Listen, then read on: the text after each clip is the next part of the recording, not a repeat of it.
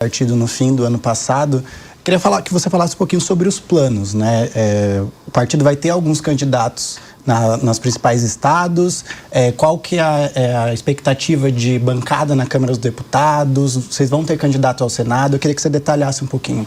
Olha, pensei num trabalho, me tornar um dirigente partidário, vamos colocar assim, de um partido pobre e jovem, como é o Partido Missão, é um trabalho hercúleo, né? Nós temos que treinar, nós temos que construir as chapas, montar a chapa com mais de 1.000 candidatos ao redor do Brasil. A gente está falando que realmente são, em cada estado, você acaba tendo a necessidade de ter centenas de candidatos.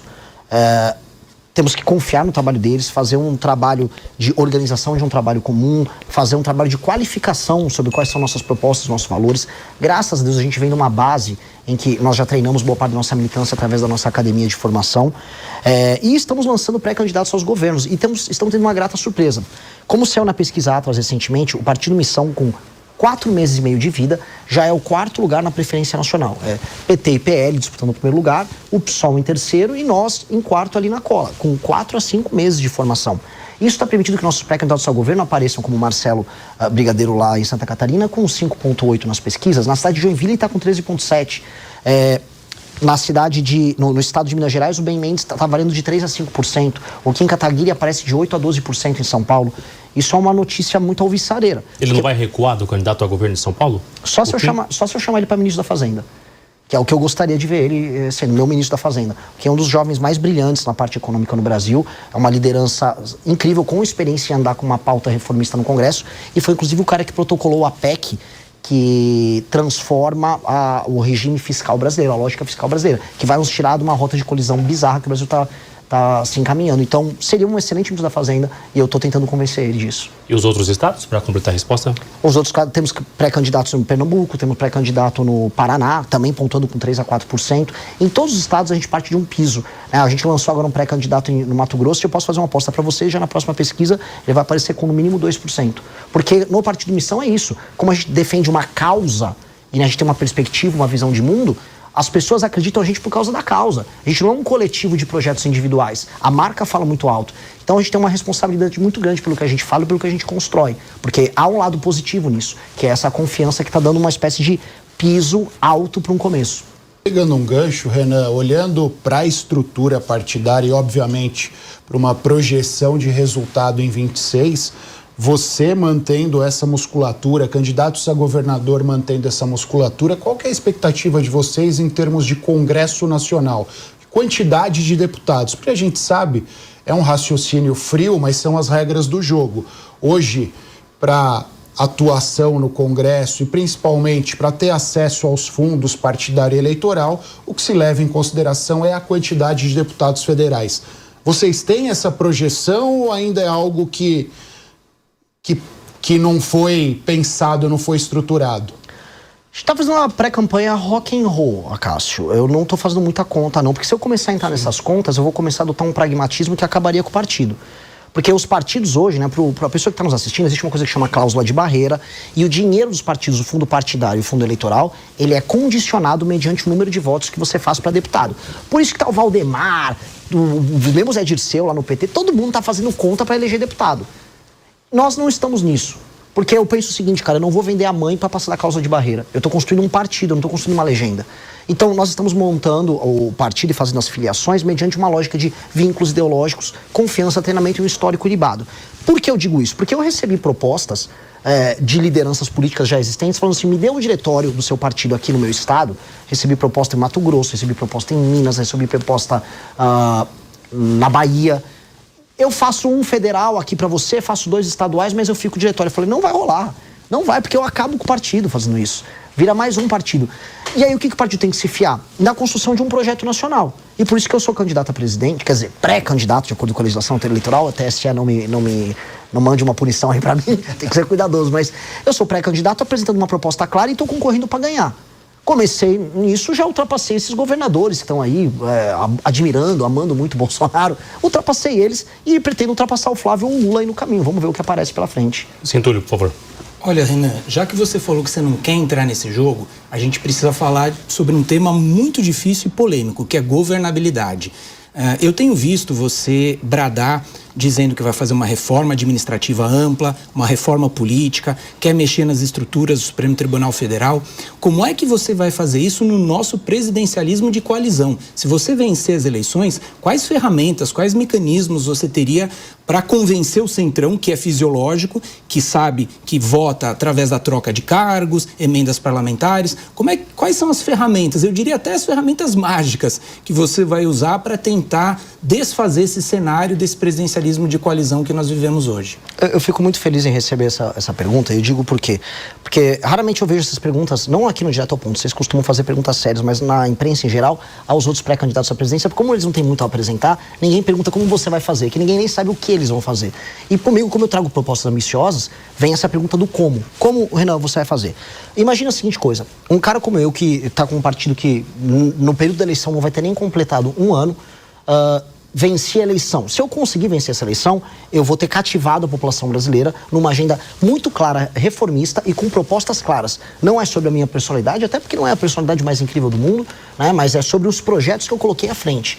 Né? O projeto de desfavelização, o projeto de enfrentamento ao crime organizado, direito penal do inimigo, uma reforma fiscal, uma agenda de competitividade e essa reforma administrativa que muda o sistema de incentivos para o Estado brasileiro, especialmente na forma de você compor os municípios e como os prefeitos vão atuar, aí sim, para que você tenha o fundo partidário eleitoral ou o prefeito não cumprindo a meta se tornando inelegível. A tal da lei de responsabilidade gerencial. Esse homem é bom demais, sabe exatamente. Eu estudei os tais livros amarelos, por isso que eu te pergunto, porque são ideias, eu diria até de certa forma radicais, são até boas ideias, mas eu vejo uma dificuldade de concretizá-la, é por isso que eu refaço a pergunta. Não, a primeira resposta para isso é, vencendo a eleição com uma agenda reformista, todo mundo, inclusive os caras do Centrão, saberão qual é a agenda do presidente da República. Eu não vou tergiversar, eu não vou ser eleito com o rabo preso, eu não tenho rabo preso com nada. Basicamente não tenho nenhum escândalo de corrupção, não tenho filho corrupto. E minha agenda vai estar posta clara e simples para resolver um nó político no Brasil. Um nó que envolve o STF e um nó que envolve o Congresso Nacional.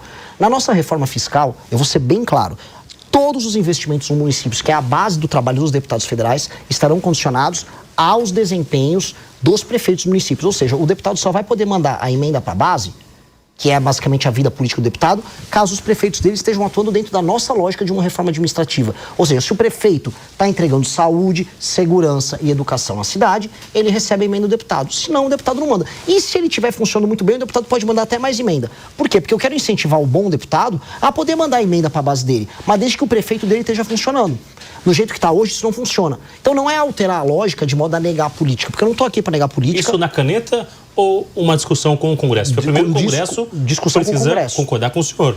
Mas hoje o Congresso é um buraco sem fundo. Todo o dinheiro que joga lá não é suficiente. Sim, mas vai ter que discutir isso com o Congresso e também punir o Congresso via STF de maneira absolutamente republicana se eles estiverem usando emenda só para roubar.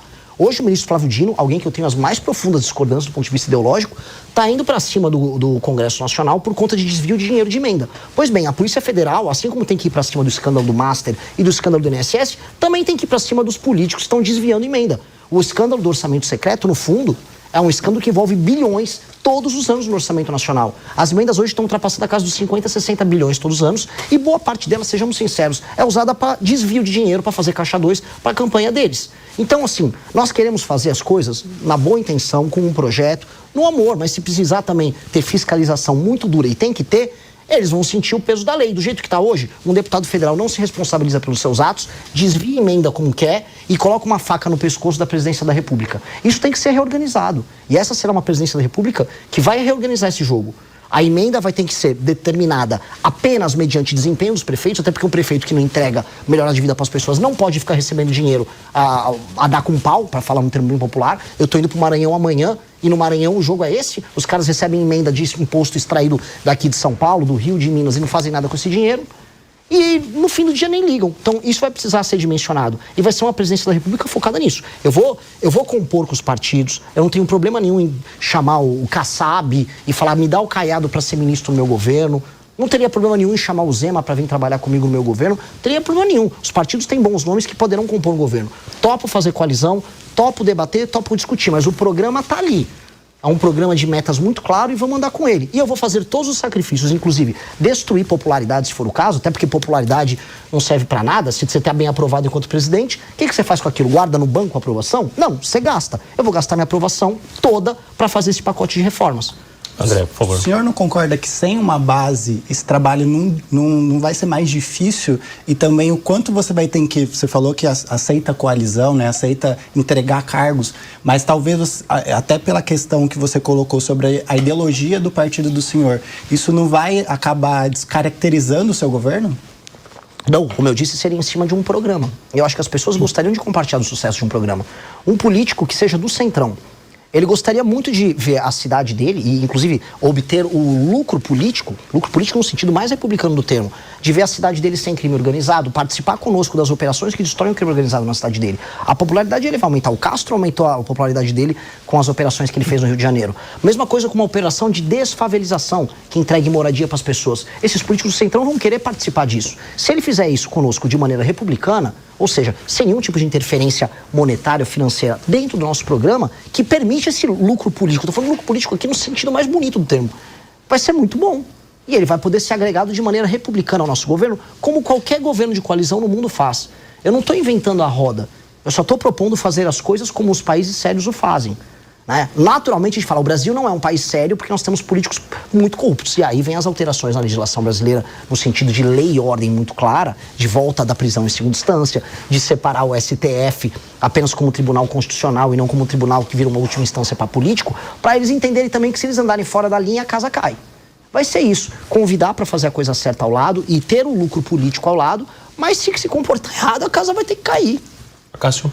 Pegar um gancho, Renan, você falou sobre o Supremo Tribunal Federal, ele foi perguntado sobre governabilidade. Talvez eu esteja até saudosista hoje. Até um tempo atrás o Supremo não participava dessa conversa. Hoje a gente tem que colocar o Supremo nesse tipo de pergunta. E se você, eventualmente eleito presidente, você vai indicar minimamente 3 ministros. Então eu gostaria que você falasse desta relação do Supremo, como você vê a relação do Executivo com o Supremo e quais seriam, óbvio que é cedo, mas qual é o perfil desejado para as eventuais indicações de ministros? Começar pelo final, tá? Perfil essencialmente técnico e um perfil constitucionalista, um perfil defensor de um padrão, vamos dizer, legalista, estrito dentro do texto legal da Constituição e não inovador. Não adeptos do tal do neoconstitucionalismo, como é o Barroso, e como vários ministros se aproveitaram para poder fazer negócios dizendo que era neoconstitucionalismo. Então, ministros que defendem o seguinte, é o que está na Constituição e apenas o que está na Constituição e não vou ficar fazendo grandes inovações por aqui, como a gente assiste.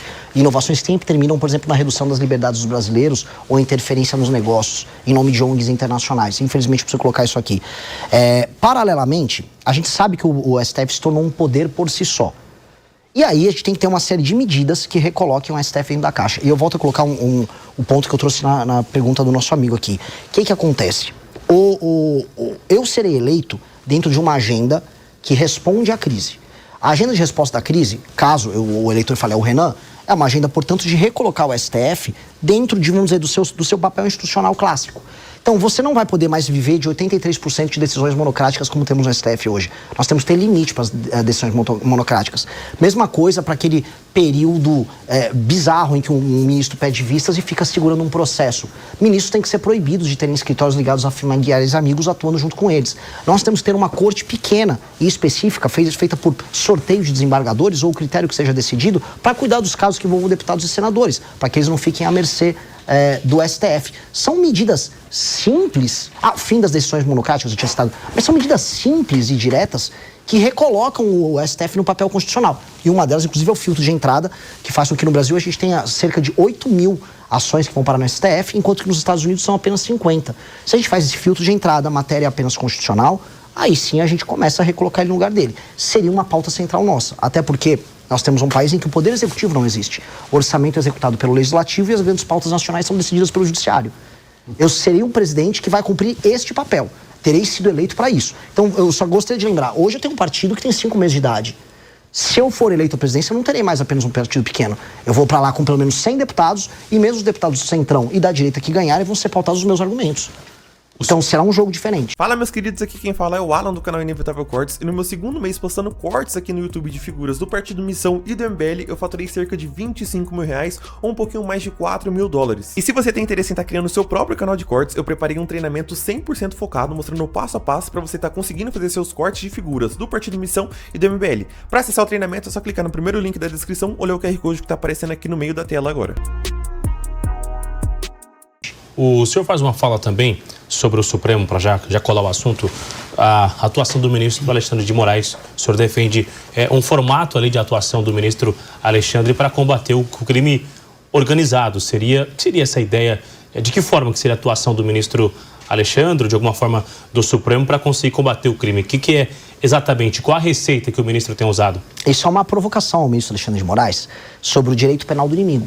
E qual é a provocação, né? Veja, quando a gente fala em direito penal do inimigo, que significa ter uma legislação especial que retira certos direitos de defesa de um faccionado entendido aqui como praticamente um terrorista, uma pessoa que nega o Estado democrático de direito, que reiteradamente comete crimes que violam direitos humanos, como é um membro do PCC, um membro do Comando Vermelho, se você vai ver entre os juristas, a comunidade jurídica brasileira, não, isso é um absurdo, isso é uma exceção. Aí beleza, eu ouço isso dos juristas, e já ouvi de ministro do STF. Só que quando o Alexandre de Moraes cria ele próprio um regime de exceção para bolsonaristas, e aí essas pessoas têm os direitos de defesa dela mitigados, ou seja, diminuídos, aí tá tudo bem, aí é defesa da democracia. O que eu tô propondo é assim, e se eu aplicasse o método do Xandão, que é o direito penal do inimigo em parte, né, como tô fazendo uma analogia, aos faccionados, se o tipo de julgamento daquelas pessoas que foram presas por conta do dia 8 fosse aplicado pelos presos do Comando Vermelho, eu gosto desse método. Eu deixaria ainda mais grave, eu deixaria ainda mais duro, ainda mais pesado. Então eu deixo isso como provocação para a comunidade jurídica brasileira, que ficou aplaudindo Alexandre de Moraes, mas quando a gente fala em implementar medidas duras contra bandidos, aí são contra. Fala, engraçado, né? Interessante. Não é no mínimo incoerente, né, por parte dessas pessoas. Então é uma provocação que eu faço bem clara e bem direta. E que faz sentido. André. Aproveitando que o senhor falou sobre segurança pública, o senhor citou o fato de incluir, enquadrar organizações criminosas como grupos terroristas, né? Tem essa discussão de os Estados Unidos talvez fazer isso, e existem algumas discussões no meio jurídico que isso poderia causar alguma interferência aqui. E também dentro do PL que foi discutido antifacção, tinha essa medida incluída, mas ela foi retirada. Você, como pré-candidato, se eleito, você vai defender que os grupos terroristas, as organizações criminosas sejam considerados grupos terroristas no Brasil? Olha, eu defendo, assim, se ele vai ser qualificado como terrorista ou não, isso é mais um enquadramento marqueteiro. Para mim, eles têm que ser enquadrados como o inimigo. E o que é o inimigo? São figuras que fazem parte de gangues ou organizações que negam o Estado Democrático de Direito do Brasil, que fazem ocupação territorial, que cometem recorrentes violações aos direitos humanos. Essas organizações, que se parecem muito com organizações terroristas, elas têm que ter esse reconhecimento especial por parte do Estado brasileiro, porque o Estado brasileiro tem que enfrentá-las de uma maneira diferente. Eu não posso chegar para o cara que é o ladrão de galinha e dar a ele o mesmo tipo de tratamento que eu vou dar para um membro que está com um fuzil do Comando Vermelho ocupando uma favela. Ou um prefeito na cidade de Santa Quitéria, no Ceará, que faz basicamente um acordo com o Comando Vermelho e impede as pessoas de votarem em candidatos adversários, senão o Comando Vermelho bate na porta da casa dessa pessoa. O enquadramento jurídico para eles é diferente. Essas pessoas negam o Estado Democrático de Direito no Brasil. Se os Estados Unidos gostam ou não gostam disso, isso é problema dos Estados Unidos. Até porque esse interesse deles sobre isso é bem recente. E se os Estados Unidos quiserem ser parceiros da América Latina no enfrentamento ao crime organizado, dependendo da parceria, pode ser bem-vindo. Eu acho que o Brasil tem que retomar o próprio território, ou seja, retomar as pessoas que estão sob o comando do crime organizado e depois, reorganizando as próprias forças armadas e reorganizando as próprias contas públicas, se tornar uma força pacificadora da região. E, inclusive, impedir que os Estados Unidos façam isso. Quem tem que ser o grande líder político, quem tem que ser o macho alfa aqui da América do Sul, é o Brasil. E esse é um papel nosso. A gente está permitindo, inclusive, que os Estados Unidos façam isso, o que pra gente é humilhante. Ortúlio, o senhor fez uma cena ao agronegócio e também disse agora há pouco sobre esses auxílios e ter uma dependência, né, do Bolsa Família, que isso é ruim, que o senhor incentiva que tenha uma independência, que tenha uma renda, que não seja um auxílio. E o senhor cita o agronegócio, o agro que hoje reclama que o governo não tem tido um diálogo, está faltando incentivo, falta recurso. O senhor, se eleito num cenário eleitoral, como vai ser a conversa, o diálogo com o senhor? O senhor defende incentivos para o agronegócio? O pequeno produtor no Brasil, ele está passando por um surto agora de recuperações judiciais. As condições internacionais não estão boas para a agricultura brasileira. A gente está vendo agora um cenário em que até fertilizante pode passar por um surto de escassez. Estão falando até em duplicar o preço dos fertilizantes. A gente vê um país que produz soja, milho aos montes, mas não tem silo suficiente para armazenar, ferrovia o suficiente para distribuir. Não tem escoamento. Não tem nem... Assim, a capacidade de escoamento brasileira é pífia. Passou agora o licenciamento ambiental, vamos ver se resolve alguma coisa, mas mesmo isso fica sendo brecado. A gente teve agora a invasão da Cargill com índios lá na região norte do Brasil, porque estão bravos com uma hidrovia. E agora a gente está vendo discussões sobre a ferrogrão, que é uma coisa que deveria estar funcionando há muito tempo. O fato de a gente não conseguir entregar o básico para o agro torna tudo absolutamente insano. O agro tem que ser uma mola propulsora do desenvolvimento, inclusive industrial, de várias regiões do Brasil. A boa parte da industrialização do Brasil aconteceu no começo do século XX, baseado no excesso de capital dos produtores de café, que acabou se escoando para outras áreas. Pois bem, hoje o produtor brasileiro ele tem que escoar essa produção dele em outras áreas que agreguem valor. Por exemplo, você tem milho, você pode ter biodiesel de milho, você pode ter agora biocombustível de cana para além do etanol, né? Estou falando de biodiesel de cana também. Você tem investimentos em outras áreas mesmo, startups fundadas por filhos de agricultores, né? Ou capital que vira poupança, essa poupança se torna investida por outros setores da economia. Isso, para acontecer, precisa manter o agro estável e em crescimento. Para o agro ficar estável em crescimento, nós temos que entregar segurança jurídica, segurança na área de fertilizantes, ou seja, nós temos que ter uma indústria nacional de fertilizantes usando o nosso potássio, usando o nosso fosfato, que hoje é proibido, é interditado por ONGs internacionais e por uma campanha de sabotagem, infraestrutura própria, energia barata e sistema de silos e armazenamentos. Se nós tivermos isso à disposição, o agro faz o trabalho dele sozinho, como já vem fazendo a duras penas há muito tempo. E só lembrando, muita gente fala, não, o agro brasileiro só cresce porque tem um financiamento especial. Quando comparado com o resto do mundo, o agro brasileiro é até subfinanciado, dado que é um agro altamente competitivo. Então o que nós precisamos é terminar de entregar as ferramentas para o agro brasileiro e ele sabe disso. Por favor, Túlio. Vamos mudar um pouquinho de assunto de novo, falar um pouco de segurança pública. Eu vejo nas suas propostas um certo radicalismo, vamos dizer assim, no sentido de aumentar a repressão policial, né? Aquelas frases como eu vou matar se você não se render. Eu vejo também uma política de encarceramento maior, que, de certa medida, hoje a gente vive um cenário de guerra, né? Acho que morre mais pessoa aqui se bobear do que no Irã. Então, na Ucrânia, com certeza.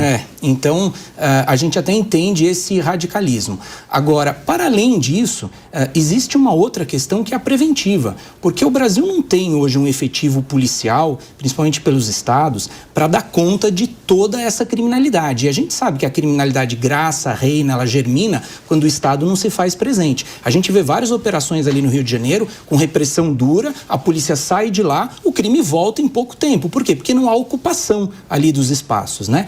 E aí entra num ponto, diz que tem um ditado alemão que fala que o diabo mora nos detalhes, entra num ponto que é o seguinte, será que não é hora de reforçar mais as guardas municipais? Elas têm inteligência, têm câmeras, estão interligadas a serviços públicos, como hospitais, por exemplo, onde os bandidos chegam lá. Muitos municípios têm mais guarda municipal do que policial. Tem mais equipamento, mais viatura. Se olhar aqui na Grande São Paulo, você vai ver que os municípios ao redor têm mais efetivo que a própria Polícia Militar.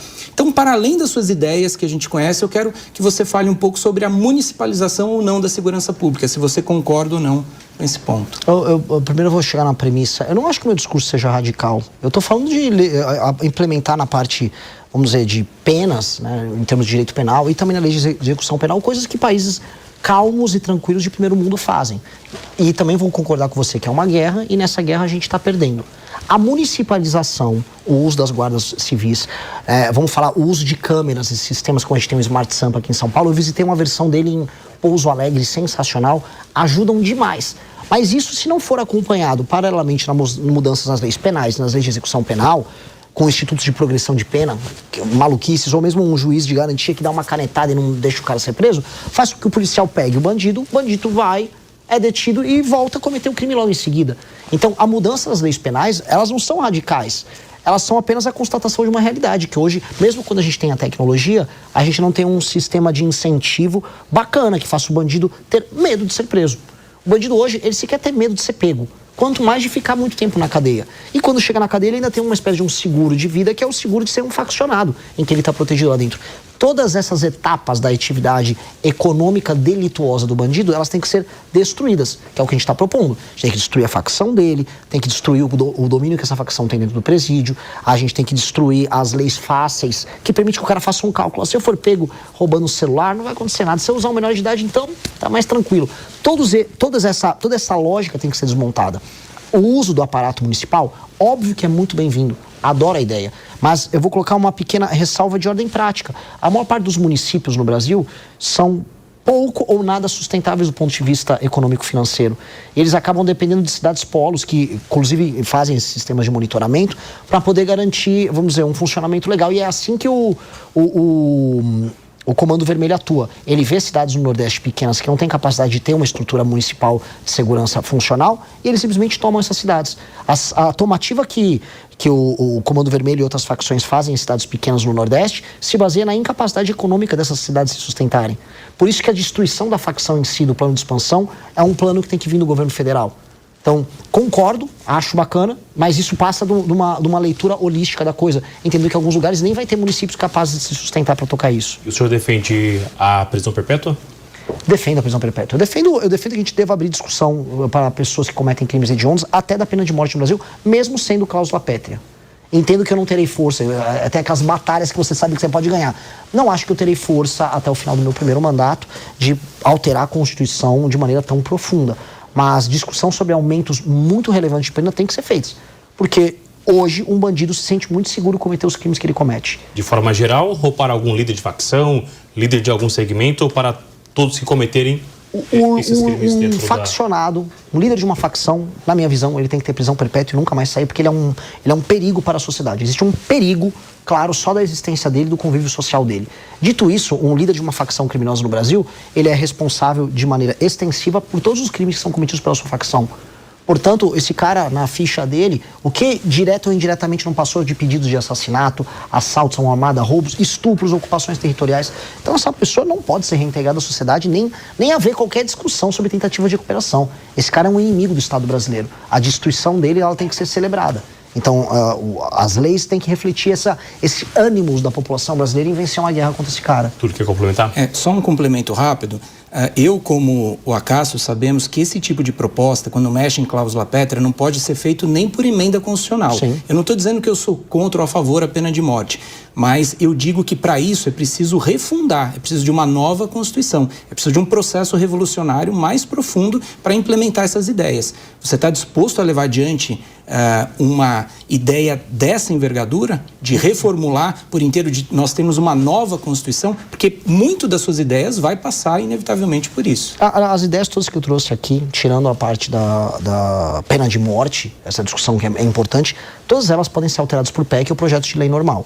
Essa passa por uma reformulação da Constituição, se tem um processo originário ali de uma Constituição nova. E eu acho que o Brasil vai precisar ter uma discussão sobre a nova Constituição em algum momento, porque a Constituição atual, ela é impeditiva, ela é um impedimento para o crescimento do Brasil.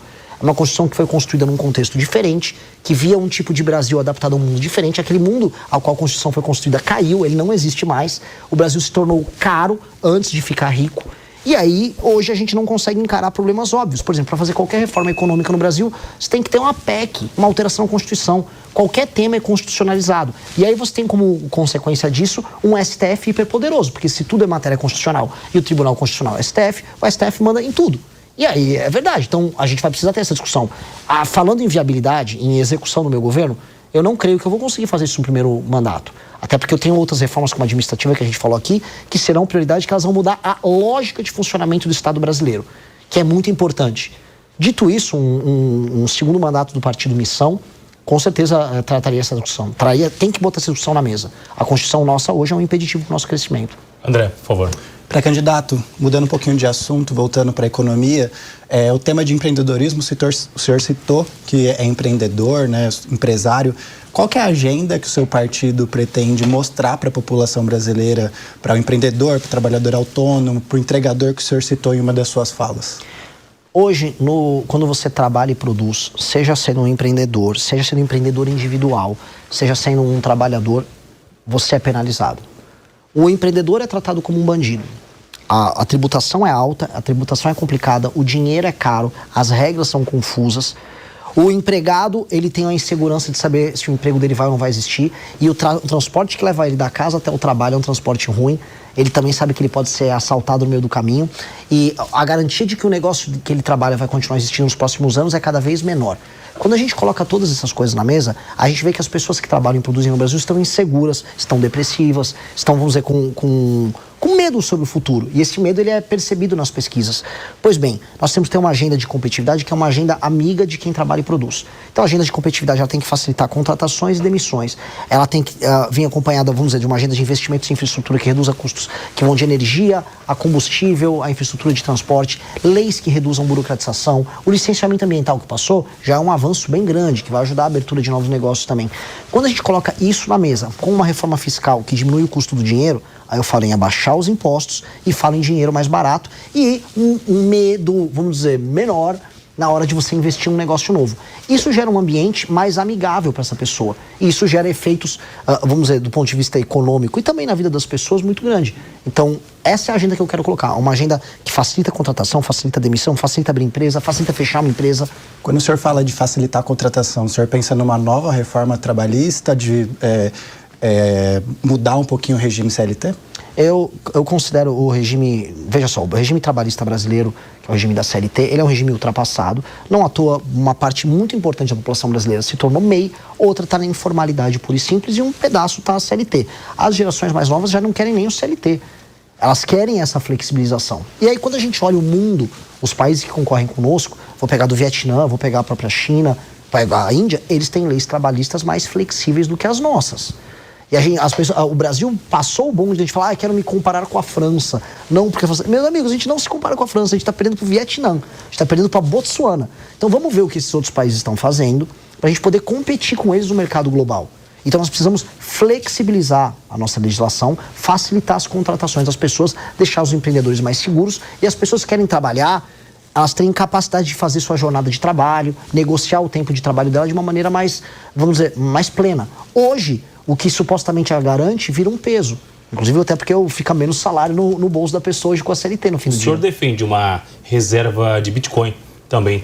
Como isso seria? Se ele alcançasse ali uma redução de valor, chegasse em 60%, como já aconteceu, como ficaria a economia? Como seria essa aplicação? Olha, o Bitcoin, quando você pega a curva dele de aumento, por mais que ele passe por oscilações, ele é como se fosse uma senoide em tendência de subida. Ele oscila no dia a dia, oscila mês a mês, oscila ano a ano, mas a tendência dele é sempre de subida e ele está virando uma reserva internacional estratégica. Ter Bitcoin, né, como uma reserva de valor para uma nação moderna que entende o papel do Bitcoin no futuro é importante. Assim como tornar o Brasil um país, vamos dizer, amigável para investidores na área de cripto e para investidores na área de tech como um todo. Eu acho que, vamos dizer, isso é um aceno muito importante para que o capital humano de alta qualidade que existe ao redor do mundo veja no Brasil um lugar amigável para ele construir empresas. Porque isso é uma das coisas que nós precisamos fazer. O Brasil tem um potencial num mundo cheio de nômades digitais, em que talentos vão ficar viajando de um país para o outro, em atrair essas pessoas para viver bem aqui e montar empresas de tecnologia. E ter a reserva de Bitcoin, não apenas como uma reserva de valor, que ao longo do tempo vai se valorizar, mas também como uma sinalização para esse universo, é um investimento que vale a pena. Ele vale a pena em todos os sentidos. E ainda tem outras discussões que a gente pode trazer também sobre o uso de blockchain dentro do serviço público, para validação, vamos dizer, de tarefas internas e também para controle e combate à corrupção, que é bem legal. E a história da moeda sul-americana que eu vi nas obras do Partido Missão, ela ainda está de pé hoje? Ela se aplicaria hoje? Uma das ideias que a gente quer colocar é a ideia do real ser uma reserva de valor para transações dentro da América do Sul. Hoje a gente vê um questionamento do dólar como essa moeda única e ter o real acompanhado de um banco sediado no Brasil para investimentos em infraestrutura, isso seria uma ferramenta muito importante para a região para afirmar o Brasil como essa potência regional na área de infraestrutura, pacificadora também em termos de segurança, mas também para ajudar a se beneficiar de um comércio regional que precisa aumentar. O Brasil é muito isolado dos demais países e é a maior potência da região. E isso, se a gente olhar em termos geopolíticos no longo prazo, faz muito sentido, porque o Brasil se firmando como uma das 5 maiores nações do mundo nos próximos 30, 40 anos, ele vai ter sua região que vai ser uma reserva estratégica de poder. E a região é a América do Sul. E os Estados Unidos terão que compreender isso. Isso vai fazer parte de um jogo. Então, sim, o Brasil tem que colocar isso no próprio horizonte. Não é para agora. Uma briga com o Trump. Ah, mas ele vai estar morto quando isso acontecer. Ele nem vai existir mais. Que rendem muito, inclusive, ele vai estar morto. Internacionais, né? Vai demorar. Último giro aqui, reta final, alguns minutos. Acácio Miranda, por favor, antes da morte do Trump, por favor. O ótimo é inimigo do bom. São várias as reformas propostas por você. Olhando para todas elas, qual é a sua preferida? Qual é aquela que você diria, essa eu quero que seja a primeira a ser implementada, a mais primordial na sua visão? As duas que eu vou colocar, porque se a gente não fizer, não existe mais Brasil. Uma é uma reforma fiscal que eu vou passar na transição. A minha PEC da transição é a PEC do Kim Kataguiri. E a primeira, tão logo eu tome posse, é uma reforma nas leis penais, nas leis de execução penal e um enfrentamento muito claro ao crime organizado, com implementação do falado que a gente discutiu aqui, direito penal do inimigo. Essas são as duas coisas, porque uma resolve as contas públicas e alteram o clima de derrota que existe dentro da economia brasileira, e a outra devolve o território brasileiro e a liberdade de ir e vir para o brasileiro. Ou seja, eu volto a ter um país. Se eu passo essas duas coisas, eu volto a ter um país normal, coisa que a gente não tem. Depois de ter um país normal, todo o resto passa a ser, vamos colocar aqui, lucro, né? Que aí eu posso discutir a agenda de competitividade, como a gente falou, uma agenda voltada para o agro, investimento de infraestrutura, desfavelização, pegar as regiões mais pobres do Brasil e torná-las autossuficientes, uma reforma no Pacto Federativo, a reforma administrativa que a gente falou. Mas essas duas primeiras é o básico. Se a gente não faz isso, a gente não tem país. Renan, agora me fala uma coisa, então, em relação à sua diferença com os bolsonaristas. Você é a favor ou contra o PL da anistia geral, ampla e restrita? Ou você é a favor da dosimetria? Ou de nada disso? Enfim, essa é uma pauta que não tem como você fugir nesse momento. Não tem e jamais fugimos. O nosso deputado federal, Kim Kataguiri, ele é favorável ao PL da dosimetria. Porque a gente acredita numa coisa, por mais que, haja vícios formais, e qualquer um que vem do campo do direito sabe que houve vícios formais no processo como todo que envolve aquelas pessoas, e o próprio Jair Bolsonaro, há também o cometimento do crime. Aquelas pessoas não estavam passeando, olha, estou aqui num domingo, vim entrar no Palácio do Planalto, né, vim montar um acampamento dentro do STF. Aquelas pessoas praticaram um crime. E se fosse o STF cometendo esse crime, todo mundo falaria que essas pessoas tinham que estar presas. Eu acho que a lei tem que ser para todas.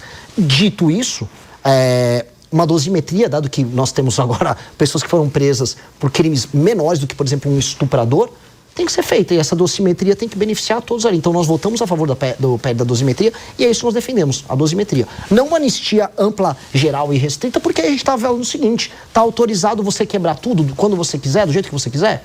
Não pode ser várzea. Né? Senão a gente vai tratar o país assim, ó. É várzea. Se o cara tá de verde e amarelo e eu sou verde e amarelo, pode. Se o cara tá de vermelho, não pode. E o cara de vermelho vai falar a mesma coisa. Pro lulista, o Lula perde a eleição agora no fim do ano, então ele manda a turma dele invadir tudo. Eu acho que a gente tem que ter critérios objetivos. A lei e a ordem tem que funcionar para todo mundo. Por favor. O senhor comentou sobre a fundação do partido. Fala, meus queridos, aqui quem fala é o Alan do canal Inevitável Cortes, e no meu segundo mês postando cortes aqui no YouTube de figuras do Partido Missão e do MBL, eu faturei cerca de 25 mil reais, ou um pouquinho mais de 4 mil dólares. E se você tem interesse em estar criando o seu próprio canal de cortes, eu preparei um treinamento 100% focado, mostrando o passo a passo para você estar conseguindo fazer seus cortes de figuras do Partido Missão e do MBL. Para acessar o treinamento é só clicar no primeiro link da descrição ou ler o QR Code que tá aparecendo aqui no meio da tela agora. E se você gostou desse vídeo, não se esqueça de deixar o like e se inscrever no canal. Te vejo no próximo vídeo.